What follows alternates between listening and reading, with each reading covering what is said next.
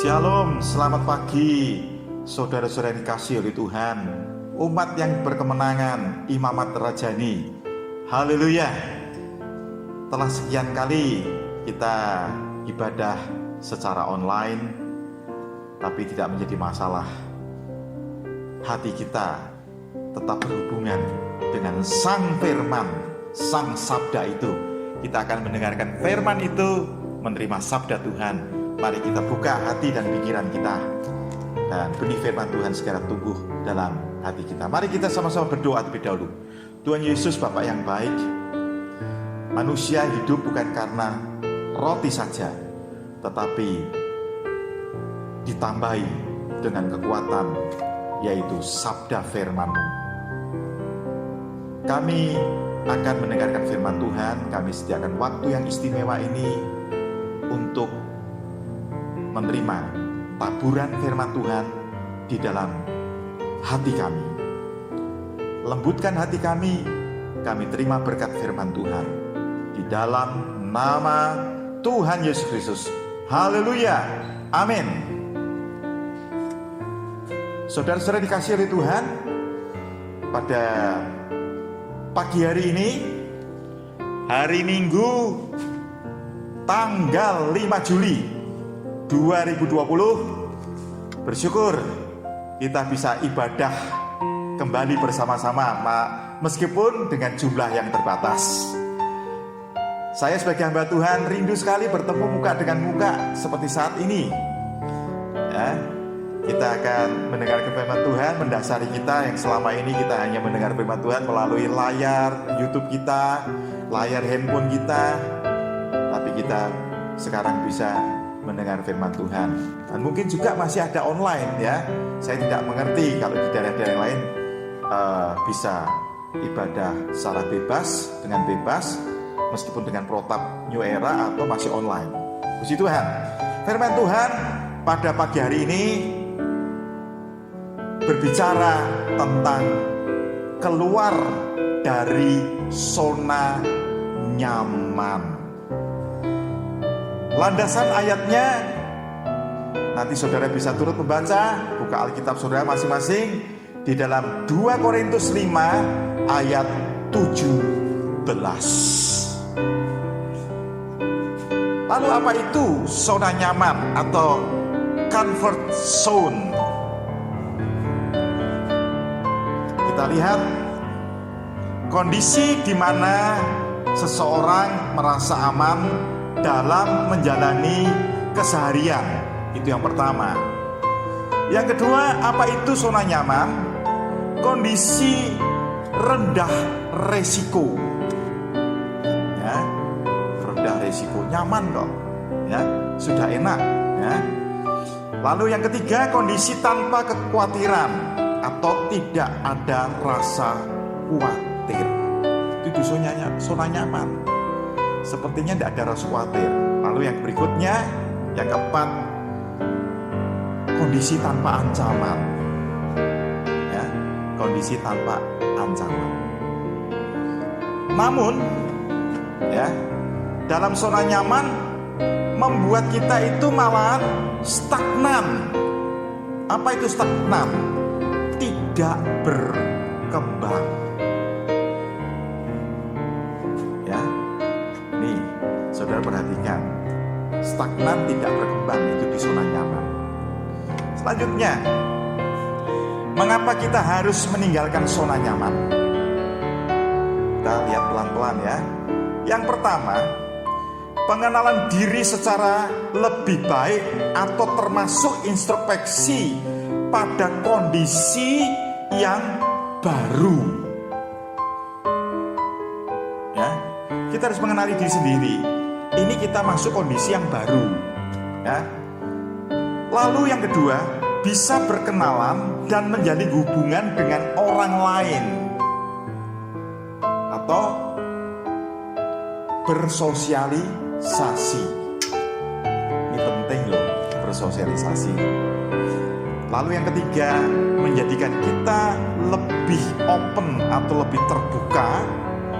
Lalu pikiran kita tuh kritis dan praktis karena pengalaman ilmu yang didapat. Lalu dari relasi juga kita bisa mendapatkan ilmu, kita bisa berpikir yang kritis, dan kita berpikir yang praktis. Berikutnya, keluar dari zona nyaman merupakan langkah kecil menuju sukses. Meskipun langkah kecil, tapi kan maju daripada kita stagnan, diam saja di comfort zone, di zona nyaman. Tidak akan berkembang. Berikutnya, mengapa kita harus meninggalkan zona nyaman atau comfort zone? Ada satu contoh yang menarik.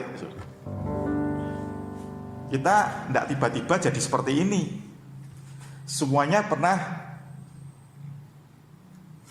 menjadi bayi kan? Menjadi bayi. Nah, saudara tahu bayi itu? Tadinya dikandung di dalam rahim ibunya. Itu nyaman sekali. Nyaman. Saya kasih contoh, kadang-kadang kita tidak sadar kalau tidur itu kita itu lutut dan dagunya itu bertemu, dan tangan kita itu seperti ini posisinya. Itu seperti tidur bayi waktu di kandungan rahim ibu. Itu nyaman, hangat, ya, hangat sekali, terpelihara, ya. Tapi bayi itu harus keluar, tidak boleh di dalam kandungan untuk dapat melanjutkan perkembangan menjadi individu yang seutuhnya. Nah, tidak menjadi bayi lagi terus, tapi ada perkembangan individu yang seutuhnya. Kita lihat di sini, coba kalau tidak mau keluar dari zona nyaman, apakah akan bisa berkembang atau bahkan malah mati? Ya, ada bayi yang dikandung 7 bulan sudah keluar, 8 bulan sudah keluar, 9 bulan, malah ada 10-11 bulan. Kalau tidak keluar menjadi masalah, ya, dokter atau bidan akan menolong, berupaya dengan sebagian caranya untuk mengeluarkan bayi itu. Perutnya ibu ditekan, divakum atau disedot, ya, atau dengan cara-cara teknologi untuk melahirkan itu canggih-canggih, harus keluar. Kalau tidak keluar, fatal, bisa mati malah. Dengan juga kalau kita tinggal di zona nyaman, nah kita tidak berkembang, akan mati. Oleh karena itu, terkadang orang tua ataupun dokter membantu memaksa agar bayi keluar dari zona nyaman untuk bisa berkembang secara optimal, tuh, ya. Dan semestinya setelah itu orang tua akan merawat anaknya untuk beradaptasi di luar zona nyaman dari bayi tersebut.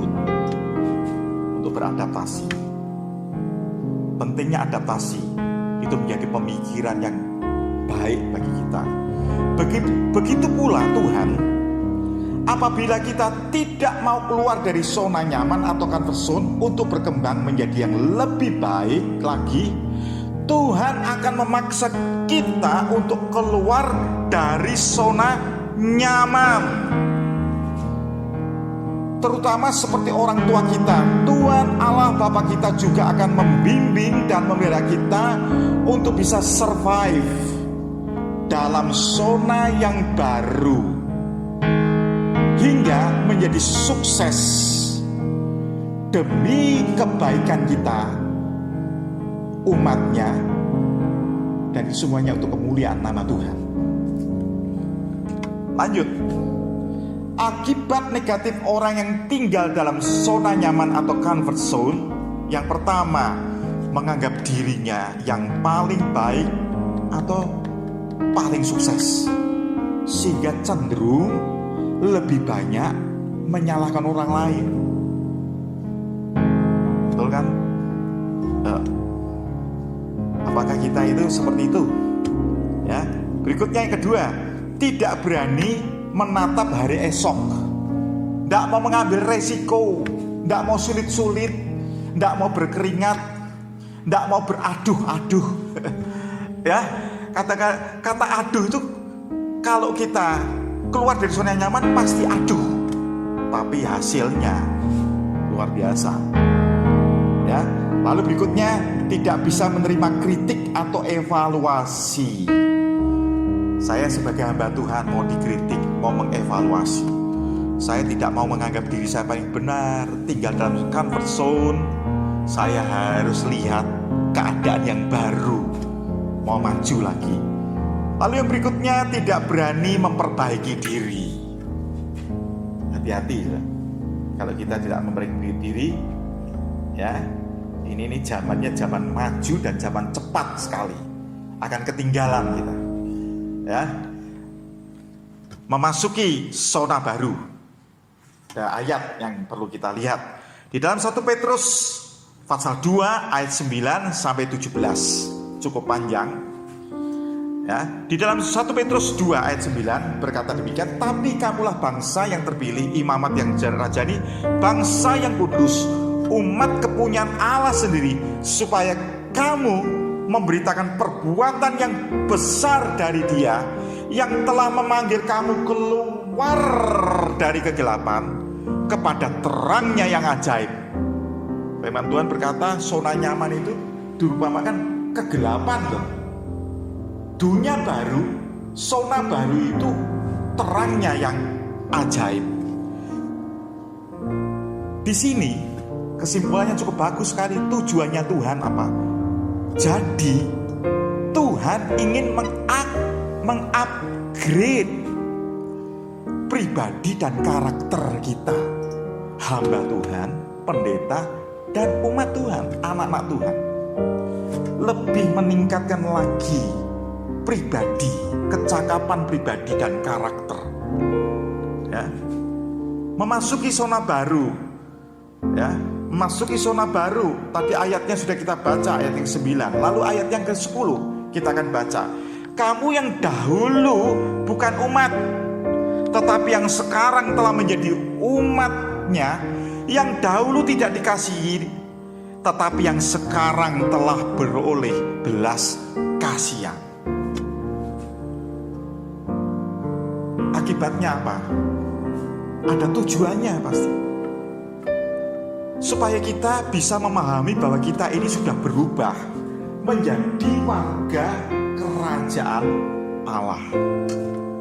Dulu bukan umat, sekarang jadi warga kerajaan Allah di dalam zona yang baru, zona yang lebih istimewa.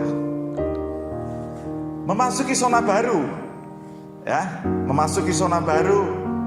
Ayat 10 sudah kita baca. Sekarang kita akan lihat 1 Petrus 2 ayat 11 sampai 12. Ayat 11, saudara-saudaraku yang kekasih, aku menasihatkan kamu supaya sebagai pendatang dan perantau, kamu menjauhkan diri dari keinginan daging yang berjuang melawan jiwa. Milikilah cara hidup yang baik di tengah-tengah bangsa yang bukan Yahudi, supaya apabila mereka memfitnah kamu sebagai orang durjana, mereka dapat melihatnya dari perbuatan-perbuatanmu yang baik dan memuliakan Allah pada hari Yesus melawat mereka. Tujuannya bagus, ya, supaya kita semakin mengenal diri sebagai utusannya Tuhan, sebagai ambasadornya Tuhan, sebagai dutanya Tuhan. Ya, saudara bisa tambahkan dengan istilah-istilah yang kelihatannya bagus, ya. Kita sebagai utusan, ya. Berikutnya ayat 13 sampai 16. Tunduklah karena Allah kepada semua lembaga manusia, baik kepada raja sebagai pemegang kekuasaan yang tertinggi, maupun kepada wali-wali yang diutusnya untuk menghukum orang-orang yang berbuat jahat dan menghormati orang-orang yang berbuat baik. Sebab inilah kehendak Allah, yaitu supaya dengan berbuat baik kamu membungkam kepicikan orang-orang yang bodoh. Hiduplah sebagai orang merdeka, bukan orang bukan seperti mereka yang menyalahgunakan kemerdekaan itu untuk menyelubungi kejahatan-kejahatan mereka, tetapi hiduplah sebagai hamba Allah. Ya, ini ada poin-poin penting dari ayat yang sudah kita baca tadi.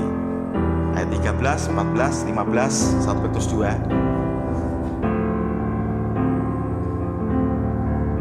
Puji Tuhan. Kita lihat ya, kita menjadi semakin terbuka terhadap hukum atau norma-norma firman Tuhan. Yang kedua, semakin menghargai hak dan kewajiban sebagai warga negara, semakin toleran terhadap sesama manusia, serta ekosistem dan lingkungan. Lalu yang berikutnya, yang keempat, menghargai pendidikan dan ilmu pengetahuan teknologi atau iptek. Nah, meskipun kita sudah tua, tidak bisa kita menghindar dari iptek. Di dapur iptek, teknologi ada. Di pasar iptek, cara bayar iptek, menyimpan uang iptek. Ya, luar biasa. Masih banyak contoh kemajuan dan kegunaan. Dan secara tidak sadar kita juga ada di dalam perkembangan iptek yang luar biasa. Beserta manfaatnya berbagai macam aspek politik, ekonomi, sosial, budaya, dan lain sebagainya. Ini kita akan jadi lebih maju lagi. Kembali tadi bayi ya. Kalau tinggal sebagai bayi terus tidak akan ada gunanya. Ya. Perwujudan hidup kekristenan pada era new normal, keluar dari zona nyaman, itu tugas penting, tugas utama, keluar dari zona nyaman. Ya. Di dalam 1 Petrus 2 ayat 11 sampai 12 kita akan baca lagi. Saudara-saudara yang kekasih, aku menasihatkan kamu supaya sebagai pendatang dan perantau, kamu menjauhkan diri dari keinginan-keinginan daging, berjuang melawan jiwa, miliki cara hidup yang baik di tengah-tengah bangsa-bangsa bukan Yahudi, supaya apabila mereka memfitnah kamu sebagai orang durjana, mereka dapat melihatnya dari perbuatan-perbuatanmu yang baik, memuliakan Allah pada hari yang melawan mereka. Puji Tuhan. Ini ada berkat, ya. Ya, berkat. Jadi, berkatnya apa itu? Ada suatu kemajuan. Ya. Kita sebagai manusia yang berakhlak, beretika, mengerti norma. Yang pertama, budaya hidup sehat. Nah, ini budaya hidup sehat. Ya, sehat itu mahal. Sehat itu mahal, loh. Nah, yang kedua, budaya cara bisnis baru. Bisnis baru. Nah, bisnis online. Dulu bisnis harus ketemu. Tapi sekarang lihat gambar, lihat foto, mau beli apa, sudah tinggal telunjuk jari. Jangan, ya. Yang ketiga, budaya menghargai hak asasi, menghargai sesama. Ya. Lalu yang keempat, budaya beradaptasi, penyesuaian diri, dan toleransi. Itu sikap hati itu. Ya. Budaya menghargai waktu, budaya menghormati pemerintah. Puji Tuhan. Dalam zona baru kita tidak sendiri. Tadi ya, baru lahir, orang tua siap mendidik, mendampingi, mencukupi kebutuhan, membesarkan, mendampingi, dan upaya-upaya supaya bayi yang kecil ini menjadi anak, menjadi dewasa, remaja, pemuda yang menjadi kebanggaan orang tuanya. Kita akan menjadi kebanggaan kerajaan Allah. Ya, Tuhan menyertai kita. Ya, di dalam kitab Nabi Yesaya pasal 41 ayat 10 berkata apa? Jangan takut, sebab aku menyertai engkau. Janganlah bimbang. Yang kedua, sebab aku ini Allahmu. Aku akan meneguhkan, bahkan akan menolong engkau. Aku akan memegang engkau dengan tanganku yang membawa kemenangan. Ya, jangan takut, jangan bimbang. Yuk, sekarang kita lihat Yesaya 43:2. Apabila engkau menyeberangi melalui air, aku menyertai engkau. Atau melalui sungai-sungai, engkau tidak dapat dihanyutkan. Jaminan ini, tidak akan dihanyutkan. Apabila engkau berjalan melalui api, yang kedua ada janji di situ, jaminan tidak akan dihanguskan.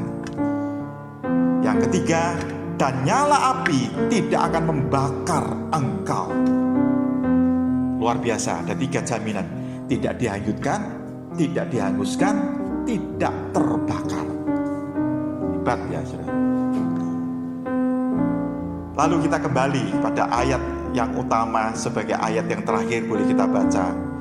Jadi siapa di dalam Kristus, ia adalah ciptaan baru, yang lama sudah berlalu, sesungguhnya yang baru sudah datang. Itu terdapat di dalam 2 Korintus 5 ayat 17. Lalu yang sudah kita dengar, yang sudah kita bahas bersama-sama, tentunya ada kesimpulannya.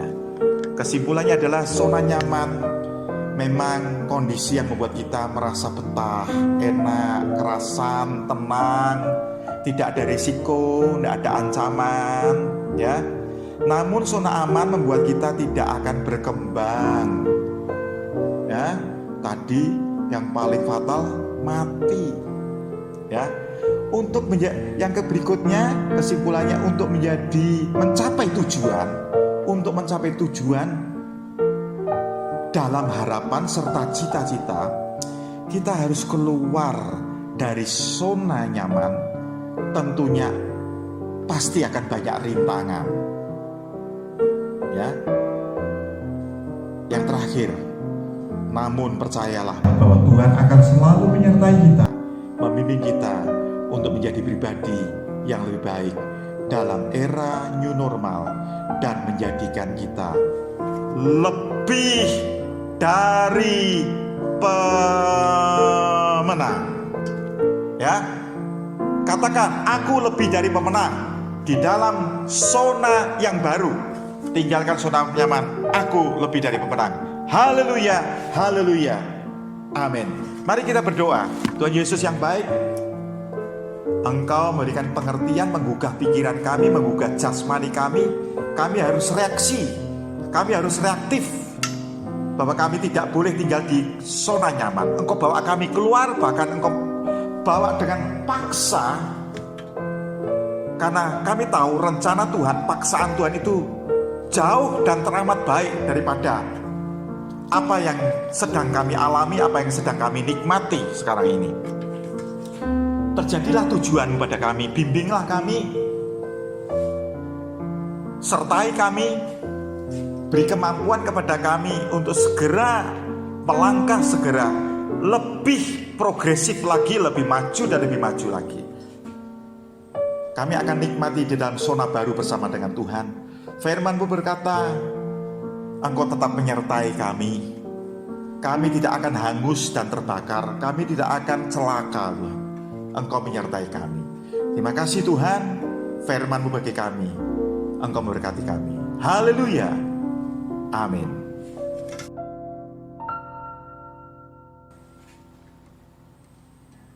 Puji Tuhan, saudara-saudara yang dikasihi oleh Tuhan. Kita sudah tinggalkan zona yang lama, kita dalam zona yang baru, tentunya bersama dengan Yesus. Kita akan melihat kemenangan-kemenangan besar, dan kita dapat disebut umat lebih dari pemenang. Kita nyanyikan lagu yang sudah lama kita tidak nyanyikan selama berbulan-bulan ini. Lebih dari pemenang. Lebih dari pemenang dalam segala perkara. Iblis tak dikalahkan oleh kuasa darahnya. Jika Allah di pihak kita, siapa dapat melawan? Kita lebih dari pemenang. Haleluya. Kibarkanlah panjinya, Yesus Raja segala raja. Haleluya. Bangkitlah gerejanya, kita lebih dari pemenang. Haleluya. Haleluya. Kibarkanlah panjinya, Yesus Raja segala raja. Haleluya.